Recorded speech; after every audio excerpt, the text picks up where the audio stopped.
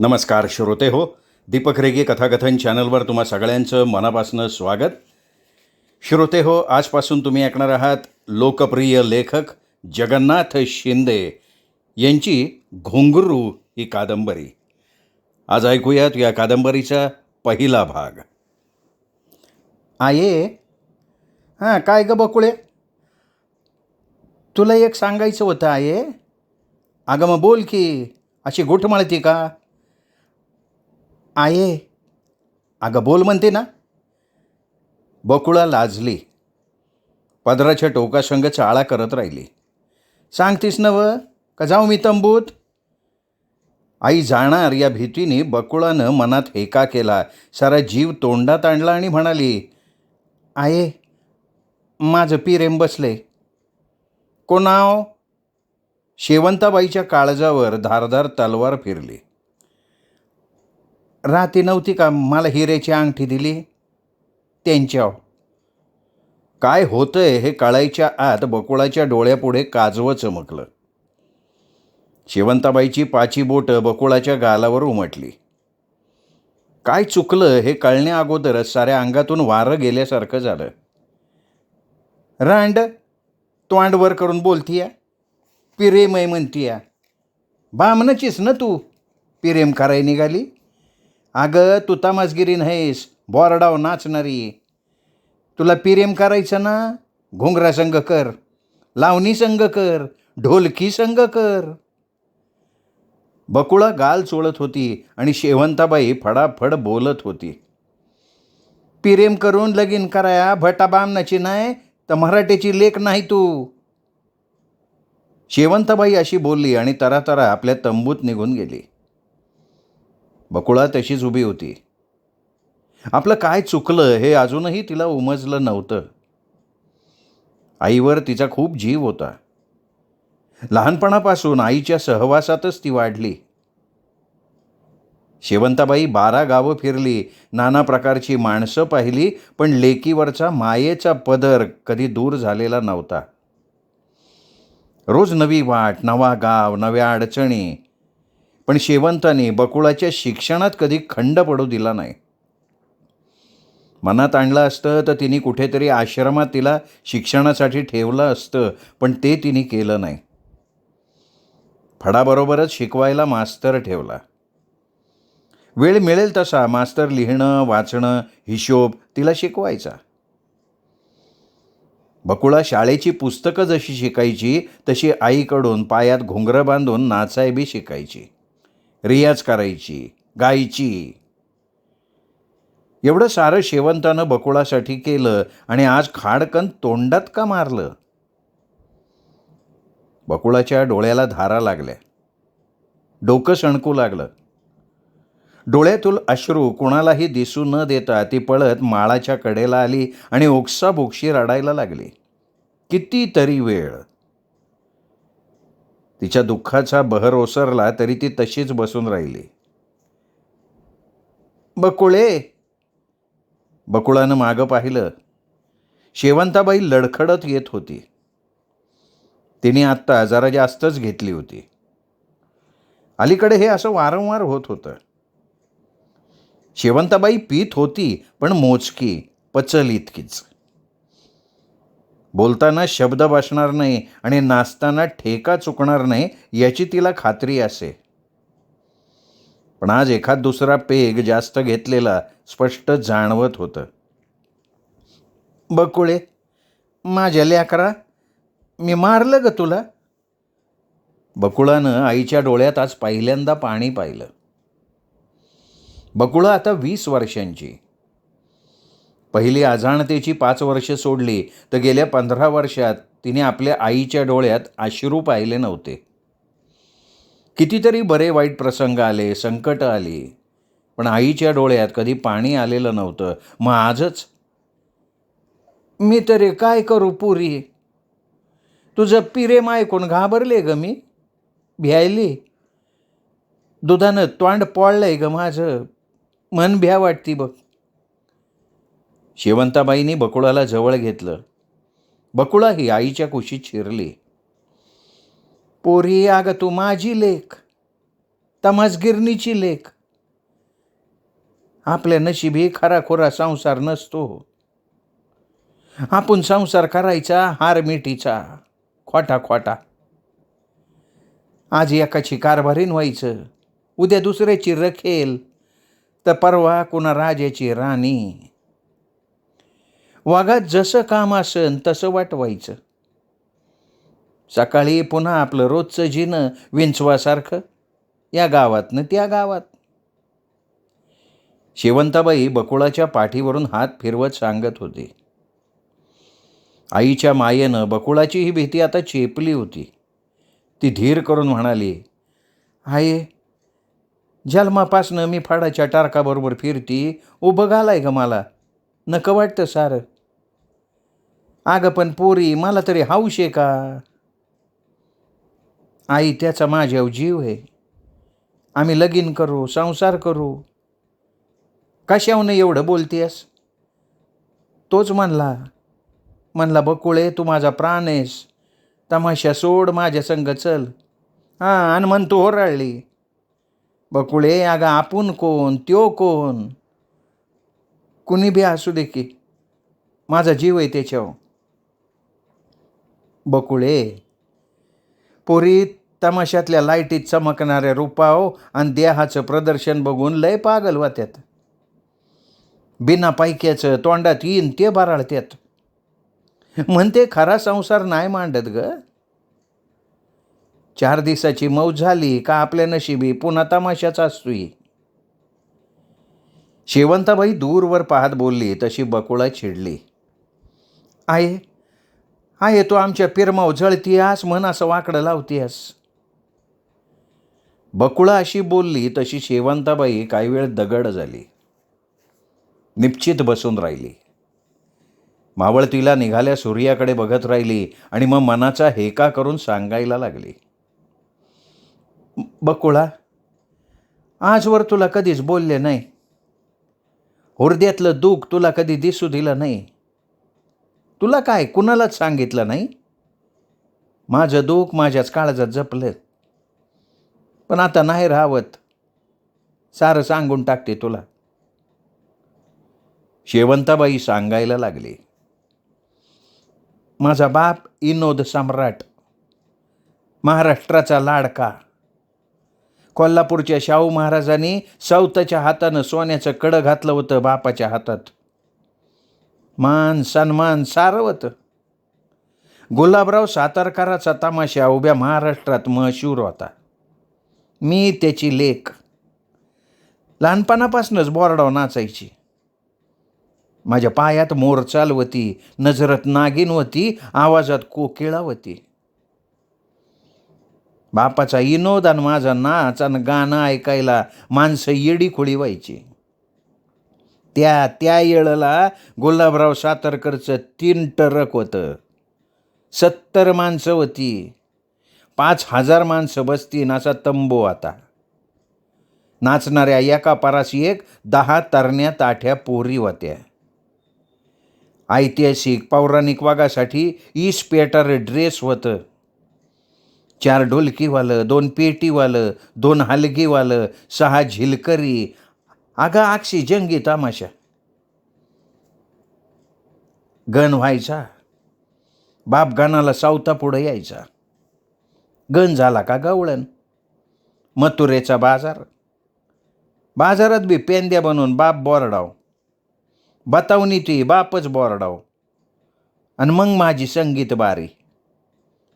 अगं डोळ्याची पापणी फडफडावी तशी पदराबरोबर फेट हवत उडायचं.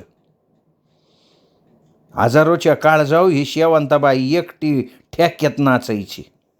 येडं व्हायचं पब्लिक, खुळच व्हायचं. तो बी तसाच खोळा झाला. येडाच झाला.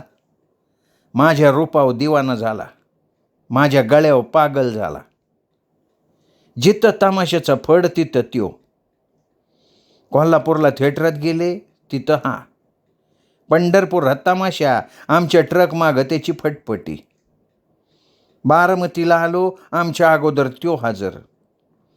पुण्यात गेलं, पहिल्या रांगत हाच फटफटीवाला गडी.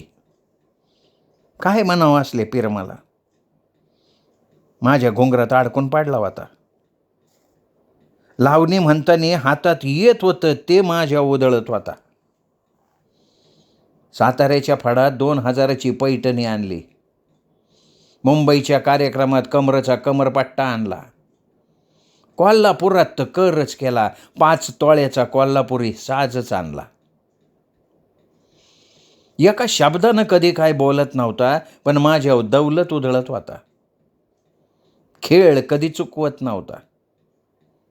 जिथं मी तिथं त्यो. त्याचं हे वागणं समद्या पोरींच्या नजरेत आल्याविना राहत नव्हतं. सुरेखा चिडवायची, म्हणायची शेवंते भाग्याची तू. तर तारी म्हणायची पाखरू चांगलं फसलंय ग. तर थोराड हावसाय काकू म्हणायची पोरग थोरा मोठ्याचं दिसतंय, रूपानं दौलतीनं बी उजवय.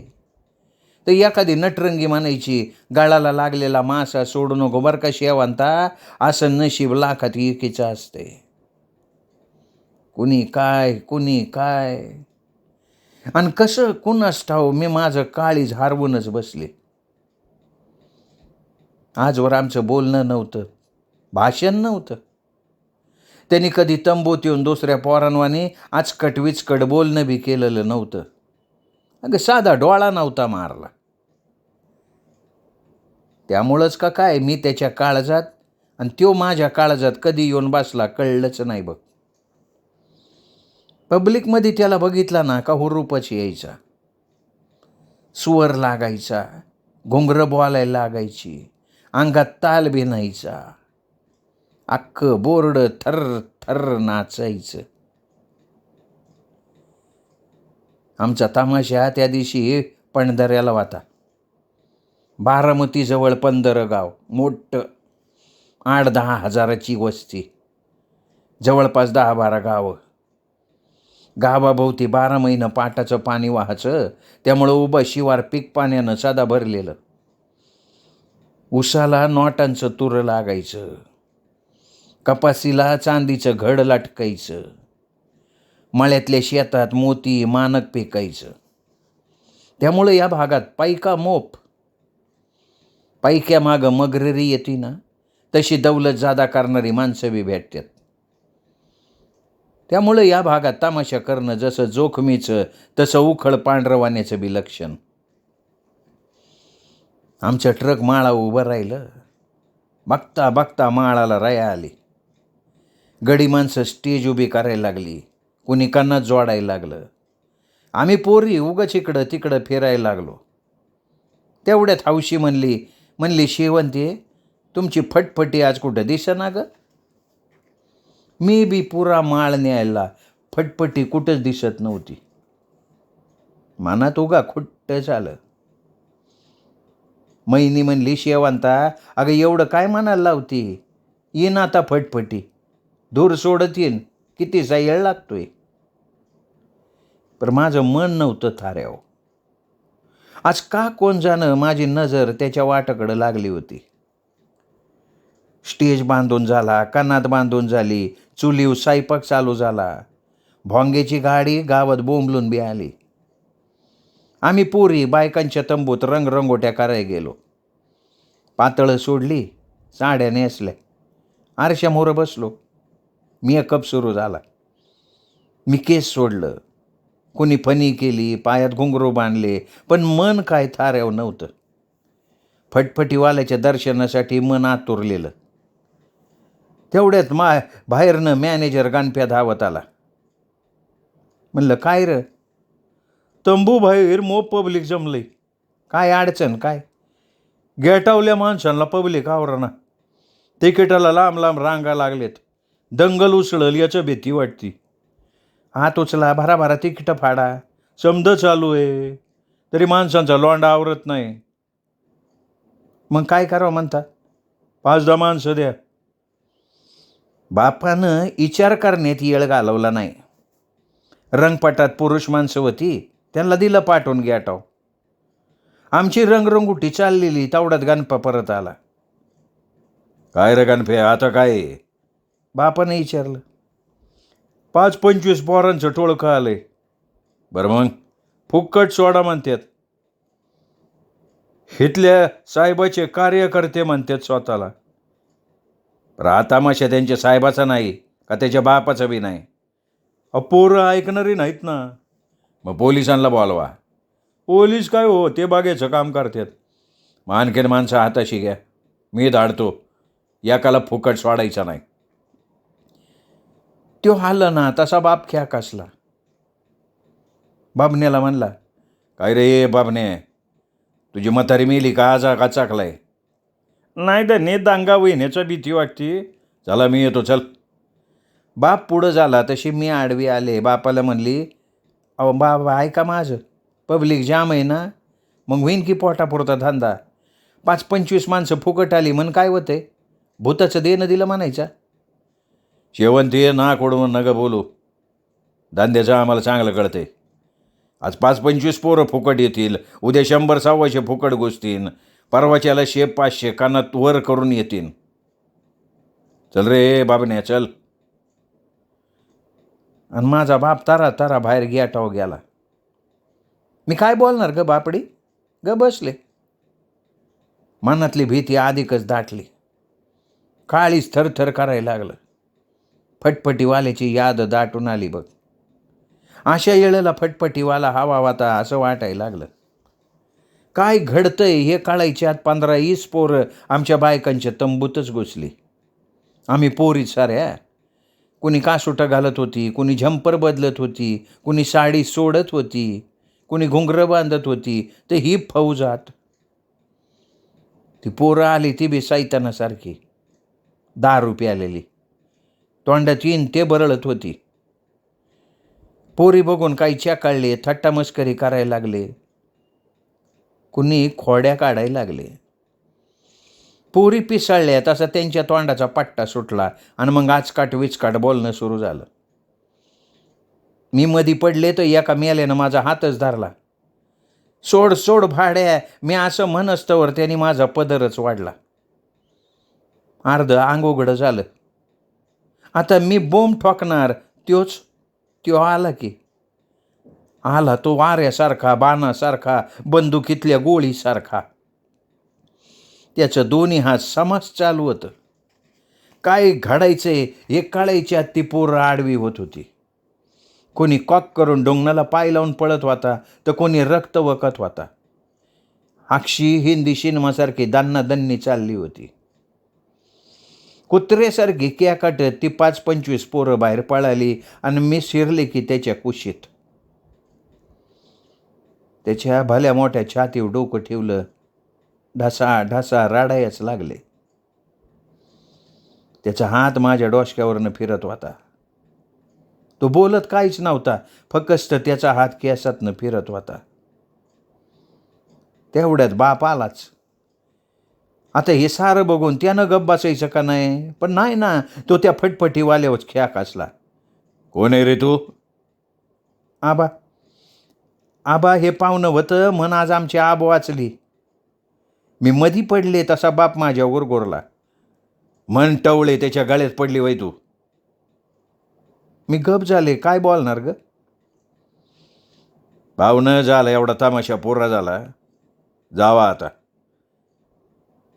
बाप असं बोलला आणि तो फटफटीवाला बाहेर निघूनच गेला. बापाचा मला लय राग आला, पर वटाबाहेर सबूत पडला नाही.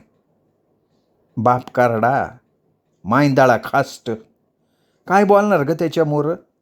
म्हणता फट्ट व्हायचं. त्यात गेटाव झालेल्या गडबडीनं बाप अगोदरच फेदारलेला. त्याच्या तोंडाला लागून उपयोगच नव्हता. ए पोरीऊ, काय बघत राहिला तोंडाकडं, रामायण लावले का इथं? चला नाटा फाटाफाटा का, बाहेर आई बाप वाट बघते. काय आम्ही मूग गिळून लागलो का आम्हाला. गण सुरू झाला. बाप स्टेजवर गेलेला. मी हळूच महिनेजवळ गेले. महिने, बापाचं चुकलंय की. नाही तर काय ग, एवढं जीवा उदारून चोपून काढलं मेल्यांना, पळता भोई थोडी केली, आपली आबरू वाचवली आणि आबाराचा सबूत बी नाही. महिने, रागात रासानं गेला तर नसन. कोण त्यो फटफटीवाला वय? अगं वय की, काय सांगावं बाया. माझ्या जीवाला घोरच लागला. आज बोर्ड उभं राहिला मनच तयार होईना. कुणासाठी गायचं, कुणासाठी नाचायचं. जीव याडापिसा झाला, साहिरा वाहिरा झाला. आणि तेवढ्यात महिना धावत आली. म्हणली, शेवंते अगं फटफटीवाला आहे की. म्हणलं कुठं? तर म्हणली पहिल्या रांगत. मी तर हुरळूनच गेले. संगीत बारी सुरू झाली. डोलकी खणानली, डफाव थाप पडली, तोडा वाजायला लागला. डोक्यावर पदर फडकवत मी नाचायला लागले. गिरकी घेतली, समोर झाले, पापणी वर उचलली. नजरेला नजर भिडली आणि पायात मोर चालत शिरली. भुईला पाय उरत नव्हता. साऱ्या अंगात नागिन सळसळत होती. बाप भलताच खुशीत होता. 50-60 हजाराची माया गोळा झालती. आजवरच्या खेळात आजचा फड ज्वाराचा होता. संगीत बारी झाली, वाघाची पात्र रंगली, वग सुरू झाला. मग आम्हा नाच्या पोरींना फावला वेळ भेटला. मी गेले महिनेजवळ आणि म्हणलं, महिने पाहुण्याला खुणवती का? तर म्हणली, का ग तू खुणवून दमली का? म्हणलं, गपगत काळे, अगं त्याला आत बोलिव की, असं म्हण की. आणि माईना गेली तीरासारखी. फटफटीवाला आला. आता मीच कावरी बावरी झाले. काय बोलावं सुचना. माईना शहाणी बरं का, तिने पाहुण्याला खुर्ची दिली आणि टाकली. तुम्ही वाता मन आज आब वाचली, तुमचं आभार. नाही बोलू नका. तसं नाही, पण आमच्या आबाचं चुकलं, तुमच्या खेक असलं ते. जाऊ देव, ते नाही म्हणावं घेतलं. उद्या पुशे गावात खेळ आहे, सेवागिरीची जत्रा. माहिती आहे मला. 10 दिवस पुसेगाव. ते बी मला ठाव आहे. तुम्ही याल? वय येणार आहे, पण तुम्ही येऊन नका असं म्हणत असाल तर. नाही तसं नका करू, मी वाट बघते. मग तर आलंच पाहिजे की. वय आलंच पाहिजे. पुशे गावात सेवागिरी महाराजांची 10 दिवस जत्रा. आमच्या गाड्या दुपारच्याच पोचल्या. गडी माणसं कामाला लागली. स्वयंपाकी चुली पेटवायला लागले. बाप जातीने लक्ष देत होता. आम्ही पोरी मोकळ्या होतो. मी महिनेला म्हणले, महिने चल की जरा जत्रेत फिरून येऊ. आबाला विचारलं का तुझ्या? बघा नाही तर डापरायचा आबा. चल ग गुमान. मी आणि महिना पडलो की बाहेर. जत्रेचा आज पहिला दिस, तरी बी दुकानं सजली होती. मेवा मिठाईच्या दुकानांनी रस्त्याची शोभा वाढली होती. खेळणी, सटारफटार, कापड चोपडा, नारळ गुलाल, बेलफुलं, उभं गाव नावा तजेला लिहून उभं होतं. माणसांची येजा चालू होती. हाटीलात खमंग शेव चिवडा, कोडं बत्तासं, वडापाव लय वास सुटला होता. हाटीलात बोंग किंचाळत होतं. महिने देवळा जायचं का? नग बाया. का? लगीन झाले बिगर देवळात कसं जायचं? आपल्या नशिबी कशाचं लगीन ग? माझ्या पोटातच खड्डा पाडला. काय जत्रा बघाय आलाय वाटतं. मी एकदम दचकले तर पुढ्यात फटफटीवाला. काय बोलावं मला मेलीला सुचलंच नाही. महिनीनेच विचारलं, कधी आला? आलोय सकाळी सकाळी, करमतय वय. रातीचा खेळ सुटला तसा हितच. बरं तुम्ही कधी आलाय? आताच आलो तसं बाहेर पडलो. तुम्ही बोला, मी आलेच. असं म्हणून माईना टाकली.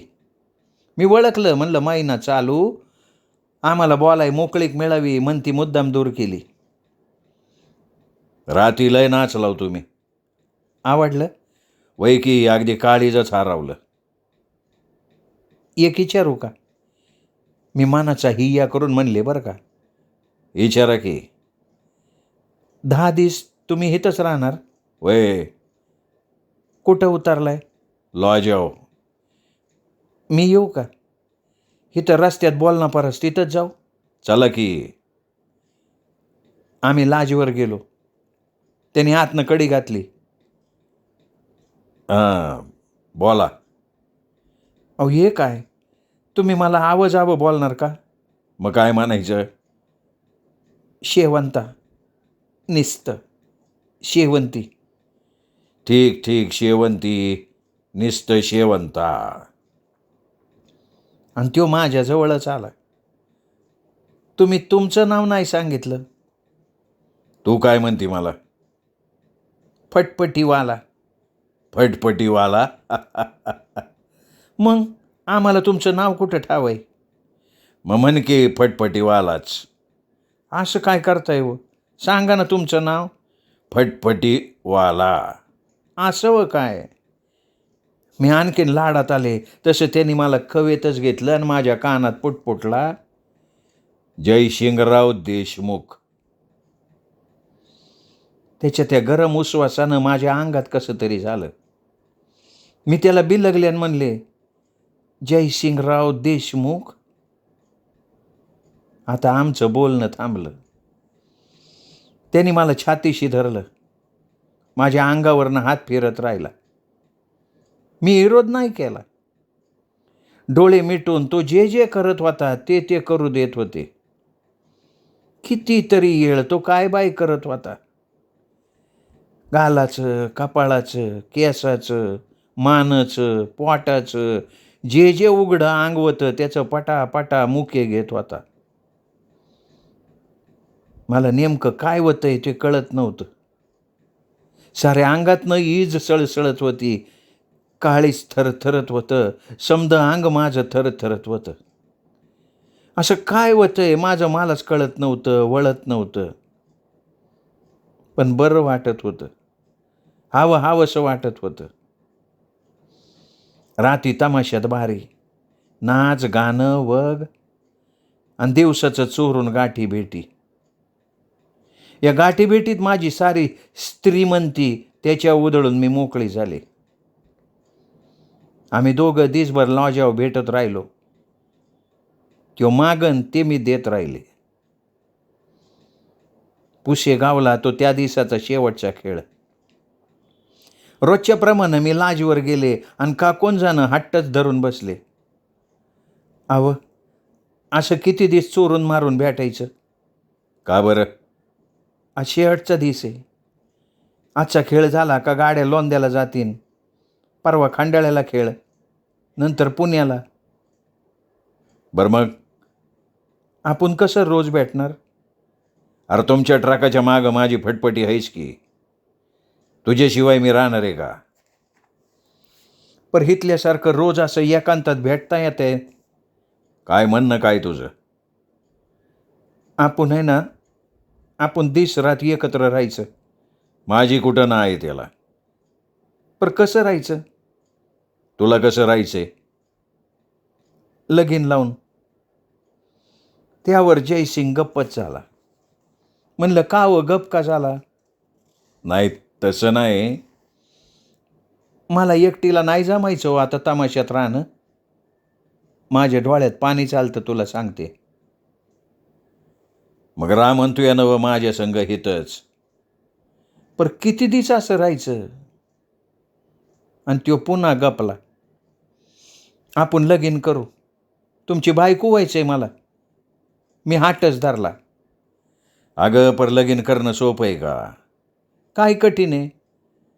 बाप कसा आहे माहिती नाही तुला? बापाला विचारून माझ्या मागं गोंडा घोळत होता का? का बापाला विचारून माझ्या पुढ्यात झोपलाय? त्यो गप. हे बघा, मी तुमच्या बिगर जाणार नाही. तुम्ही लगीन नाही ना केलं, ही रितुडी टाकून जीव देईल मी. तसा तो टाराकला म्हणला, करू लगीन करू, 4 महिने जाऊ दे. बापाचं मन वळवतो, मग बार उडवू. आणि बाप नाही मानला तर? त्यो पुन्हा गप. मलाच रडू फुटलं. मी त्याच्या कुशीत शिरून म्हणले, मला वाटलं होतं तुमचा माझ्यावर जीव आहे.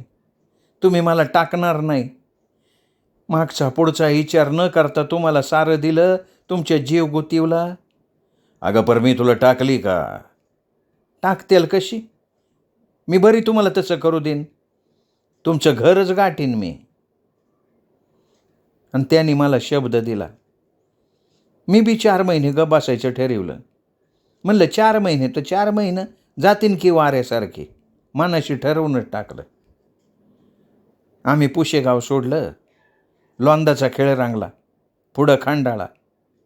तो फटफटीवाला लोंदाला आला, खंडाळ्याला आला. पुढं पुण्याच्या खेळाला काही दिसलाच नाही. आता 4 दिवसातनं दिसायला लागला. महिनाभरात तर आलाच नाही. रत्नागिरीत होता तामाशा. पब्लिक किड्या मुंगीसारखं. गण झाला. संगीत बारी सुरू झाली. ढोलकीओ बोट ठणनू लागली. हलगीओ थाप पडली. आम्ही साऱ्या पोरी नाचत नाचत स्टेजावर आलो. साऱ्या पोरीच. पदर शेंड्यावानी फडकलं आणि नेहमीसारखी मी गिरकी घेतली आणि काय होतं हे समजायच्या अगोदरच आडवी. मला स्टेजावरनं उचलून खाली आणलं, पाणी पाजलं. पण कसचं काय ग, मला तर उलट्याच लोटले. बाप घाबरला. धावत डागदराकडे घेऊन गेला. डागदरानं तपासलं. बापाच्या कानाला लागला.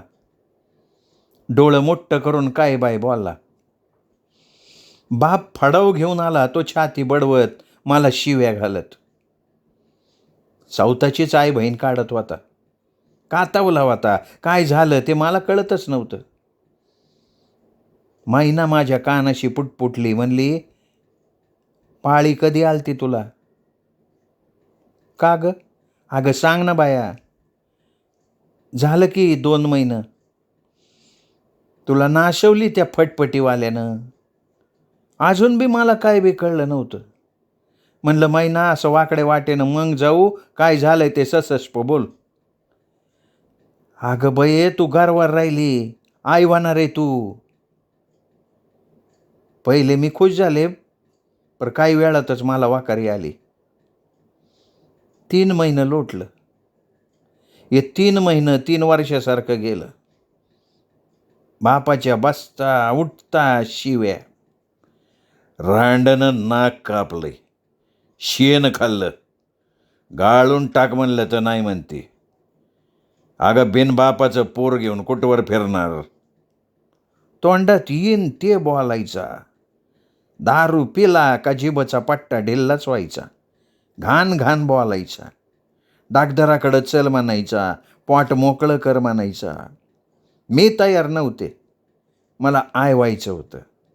जयसिंगरावाच्या पोराची आय व्हायचं होतं मला. जयसिंगरावांना हे कधी सांगेन असं झालं होतं. पण त्यो येतच नव्हता. मन पत्र धाडलं तर पत्तर नाही. कधीच उत्तर नाही. मग महिनेला म्हणले, महिने माझ्या संग येते का? जाऊ की जयसिंगरावच्या घराला. कशाला ग बाया? नगाना वाकडं लावू चल की. अगं तो फटफटीवाला घरात घेईन का तुला? आडवं लावू न ग म्हणलं ना महिने तुला. अगं एवढा जीवा भावाचा वाता तर 3 महिन्यात वाट वाकडी नसती का केली त्याने? अगं आसन काहीतरी अडचण तयारी तर कर. अगं पण आबाला कळलं तुझ्या तर काय करन त्यो? कना डोक्यावर घेईन की. मग आता काय कमी करतोय? चल तू. ती म्हणली, शेवंता बाई मी तुझ्या बहिणीसारखी. तुझं दुःख ते माझं दुःख. पण मी अशी. कोणाचा आधार नाही. कोणाचं पाठीशी बळ नाही. तुझा बाप 2 येळचा तुकडा देतो. महिन्याला 300 देतो. उद्या बिथरला चिडला तुझ्या संग गेले म्हणून मला हाकलली तर मी जाणार कुठं बाया? अगं माझी भाकरीच जाईन. माझं काम जाईन. माझा आधारच तुटन. मला महिन्याचं पटलं. माझ्यामुळं तिच्या जीवनाची फरफट न ग. मग मी एकटीनंच जायचं ठरवलं. श्रोते हो, तुम्ही ऐकताय जगन्नाथ शिंदे लिखित घुंगरू ही कादंबरी.